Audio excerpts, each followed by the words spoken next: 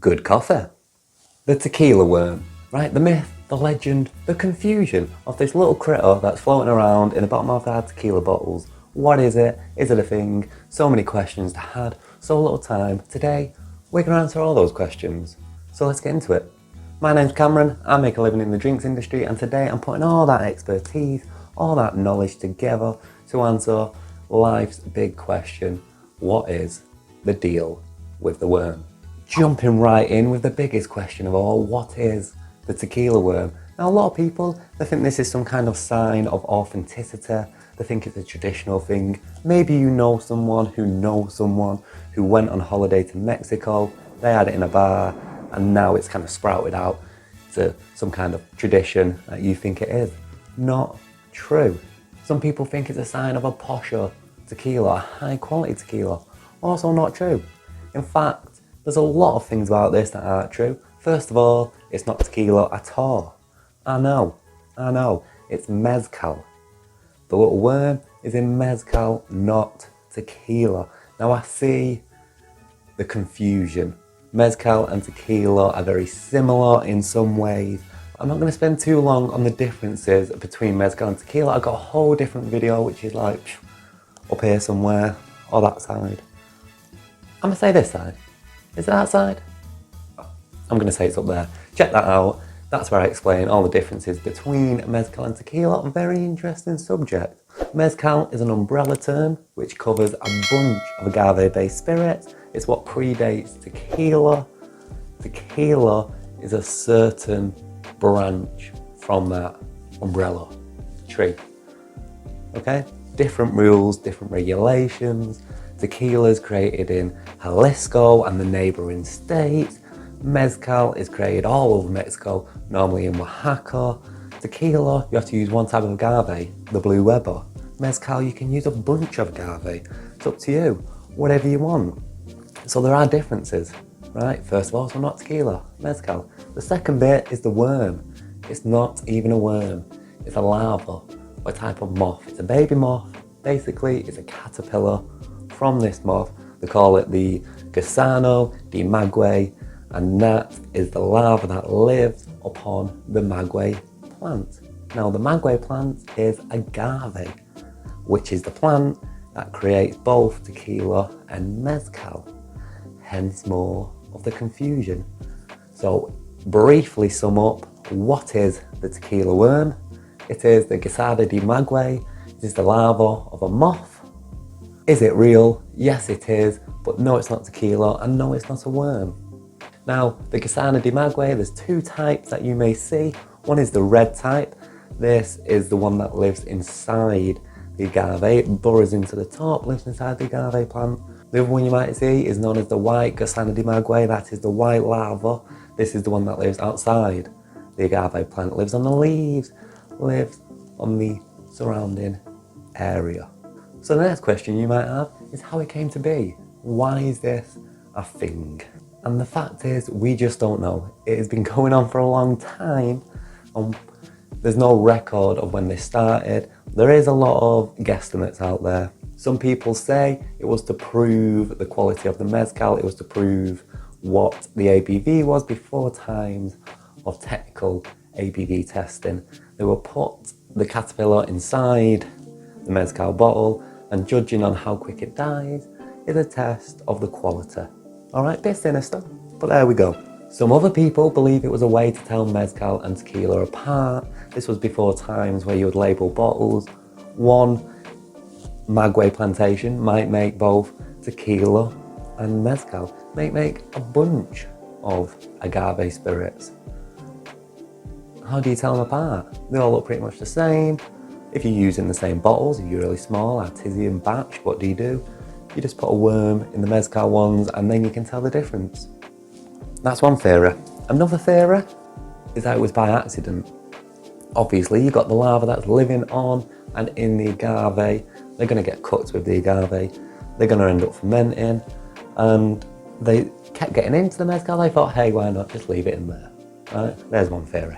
The truth, less romanticised. The truth is that it was a marketing ploy back from a mezcal distiller in the 1940s. Mezcal started making the move to America. by this time tequila had already established itself. Tequila was the Mexican spirit, you know, 1940s America. Everyone associated Mexico with tequila. So when these mezcal producers tried to make an impact, everyone's seen it as the lower agave spirit. They saw tequila as the champagne of the sparkling wine world and mezcal as the carver. So they had to do something to separate it from tequila. They had to make an impact. They had to have something gimmicky, because as we know, gimmicks sell. Everyone loves a gimmick. I love a gimmick. You love gimmick. We all love gimmick. So what do? Stick a worm in there, right? Nothing says gimmick like a worm. Nothing says marketing like a worm. You want to stand out on a shelf filled with your competitors' tequila bottles? What do? You have one bottle that's got a little worm in. Anyone's gonna walk past and see that. Anyone's gonna want that. You're in a bar, you see someone having a shot, it's got a worm in it. That's what you want to be on. Now they're pretty much the big question you got, right? What is it and why is it there? Excuse me. But I'm sure you've got a lot of other questions that I see don't get answered as often. So we're going to address those. Quick fire round. Is the tequila worm alive? No, it's not alive. It's completely dead. How's it going to be alive? It's floating in mezcal.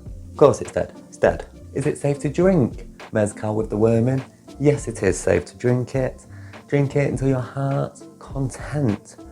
Is the worm hallucinogenic? A lot of people think this. I don't know where this came from, but a lot of people think or want to know whether or not it's hallucinogenic. No. The answer, short answer, no, it's not hallucinogenic.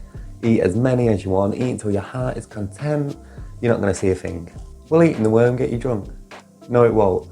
On its own, it's not going to do anything. In fact, a lot of Mexican chefs utilize this. You can buy, you know, the worm salt. You can fry them and eat them. It doesn't have to be anything to do with mezcal, just because that's how we know it. There's this whole other world where you've got Mexican restaurants which are utilising them as garnishes and within the salt and within the dishes as more of a gimmick, but it's not going to get you drunk. It's completely alcohol free. Now if you eat one that's in the bottom of the bottle, it's been soaking in alcohol, still not going to get you drunk.